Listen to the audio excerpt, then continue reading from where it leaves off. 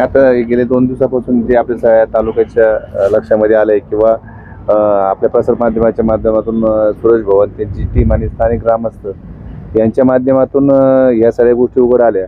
पण मी ही गोष्ट उघड आहे ना, ही एक गावापुरतीच मर्यादित आहे. तर संपूर्ण तालुक्याचा जर विचार केला किंवा महाराष्ट्राचा विचार केला तर FDA किती पुरे पडते हे पण बघायला लागेल. कारण की एका गावामध्ये जर आपण पाहिलं का, एक गाव असेल तर साधारण 2-3 पोलीस असतात. तर प्रत्येक गावामध्ये किती हॉटेल्स आहेत, वेगवेगळे म्हणजे अन्नपदार्थ बनवायचे कारखाने किती आहे, हे जर आपण तपासलं तर इथं थांबून जमणार नाही.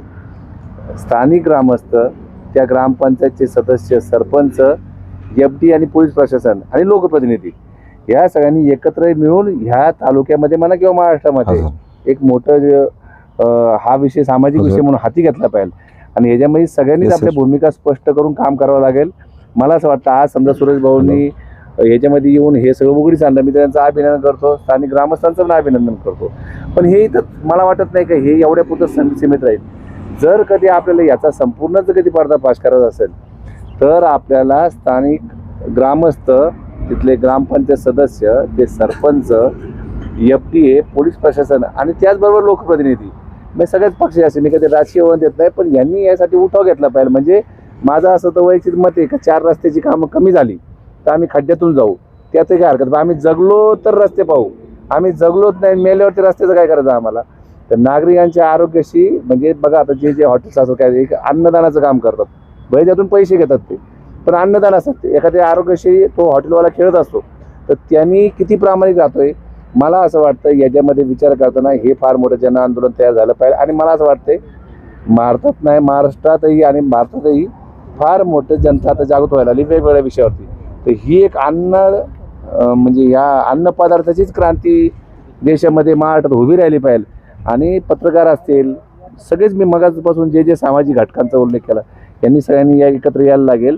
अन्यथा हे जे कॅन्सरचं प्रमाण आहे, मी आता पाहतोय का पुणेसारख्या ठिकाणी लोक आता पिशवीचं दूध घेत नाही. म्हणजे आपण म्हणतोय की यातून उत्पादन 4000 लिटर व्हायचं आणि विक्री 20,000 लिटर व्हायची, पण ते तसं नाही. आता उत्पादन जरी 4000 लिटर होत असेल तर लोक आता कोरा चहा प्यायला लागले. शहरामध्ये अशी परिस्थिती, पिशवीचं कोण दूध घेत नाही. म्हणजे शेतकऱ्याच्या दृष्टीने हे सुद्धा काही चांगलं नाही घडलेलं. म्हणून मला असं म्हणायचं का हे जे अन्न पदार्थाची सुद्धा एक क्रांती घडायची गरज आहे. मी या ठिकाणी आपल्या माध्यमातून जे सगळे जे घटक बोललोय, म्हणजे त्याच्यामध्ये लोकप्रतिनिधी असतील, स्थानिक सरपंच असतील गावचे, स्थानिक ग्रामस्थ असतील, ते सदस्य असतील, तहसीलदार असतील, ही सगळीच मंडळी असतील, त्याच्यामध्ये पोलीस प्रशासन असेल आणि FD असेल. FDAचा या तालुक्यात अधिकारी किती? जुन्नर तालुक्यामध्ये FDAचे 4 अधिकारी तालुक्याला पुरतील का? 132 किलोमीटरचा हा तालुका आहे.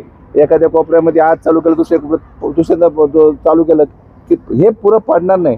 याकरता प्रशासनाला विनंती करतो की तुमची 2 कामं कमी होऊन द्या, पण ह्याच्यावरती जास्तीत जास्त कशा अधिकारी जिल्हा परिषद गट वाईज कसे नेमता येईल असं केलं पाहिजे असं मला वाटतं. आणि त्यातून हा मार्ग निघेल. नाही तर ही तात्पुरतं आपण हे करतो, ठीक आहे, सगळ्यांनी मेहनत घेतली, यांचं कौतुक आहे. म्हणजे सुरेश भाऊ सारखा एक सर्वसामान्य कुटुंबातला कार्यकर्ता प्रत्येक विषयावरती लढतोय, तालुक्यामध्ये प्रत्येक गोष्टीत लढतोय. हे करत असताना त्याला अनेक जणांना अंगावर घ्यायला लागते, पण सामाजिक भूमिका घेऊन तो लढतोय आणि आम्ही पण सगळे एकत्र काम करतोय. पण मी या ठिकाणी माझं हे वैयक्तिक मत आहे की अन्न पदार्थाची क्रांती होणं गरजेचं आहे. त्यासाठी सगळ्याच घटकांनी एकत्र आले पाहिजे. ह्या भेसळीवाल्यामुळं तुम्ही एका गोष्टीचं बघा, आता दूध भेसळीचं जे प्रकरण चालू होतं, जे सर्वसामान्य जे कष्टकरी लोक आहे, शेतकरी लोक आहे, यांच्यावर कुठेतरी अन्याय होते. म्हणजे यांनी एवढं कष्ट करायचे, जनावरं सांभाळायची आणि यांनी कुठेतरी कवडीमोल दराने दूध विकायचं. साहेब, केवळ भेसळीवाल्यामुळे जरी भेसळीचं सगळं जर बंद झालं तर शेतकऱ्यांच्या पण दुधाला चांगला भाव वाढेल, त्यांची मागणी चांगली वाढेल आणि नवीन नवीन तरुणांना गोठ्याचे व्यवसाय करता येतील. आज जे अनेकांनी गोठ्याचे व्यवसाय केलेत हे तोट्यात गेले, त्याचं कारणही भेसळीवाले साहेब. म्हणून आमचं उलट ही FDAच्या माध्यमातून जी कारवाई होती, मुंडे साहेबांनी तुमच्या माध्यमातून विनंती असेल, तुम्ही पण लगेच तुम्ही जागृत पत्रकार आहात, अशा पद्धतीने साहेब जर आपल्या तालुक्यात, जर जुन्नर तालुक्यात जर अशा गोष्टी होत असेल तर त्याला हा जुन्नर तालुका कधीच थारा देणार नाही.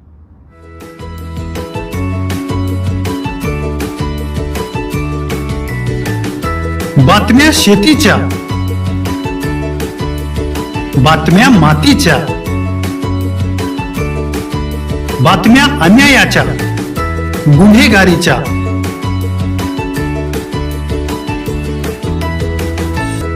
राजकारणाच्या आणि समाजकारणाच्या, शोषणाविरुद्ध बुलंद आवाज, जनसामान्यांच्या हुंकाराची गाज, सत्कार्याला प्रोत्साहन, दुष्कृत्याला अनुशासन, निर्भीड, निस्पृह, सडेतोड, बेधडक आणि रोखठोक म्हणजेच विघ्नहर टाइम्स. शोध बातमीचा, ध्यास सत्याचा. आपलं चॅनल, आपली बातमी. सबस्क्राईब तर कराच, पण बेल आयकॉनवर क्लिक करायलाही विसरू नका.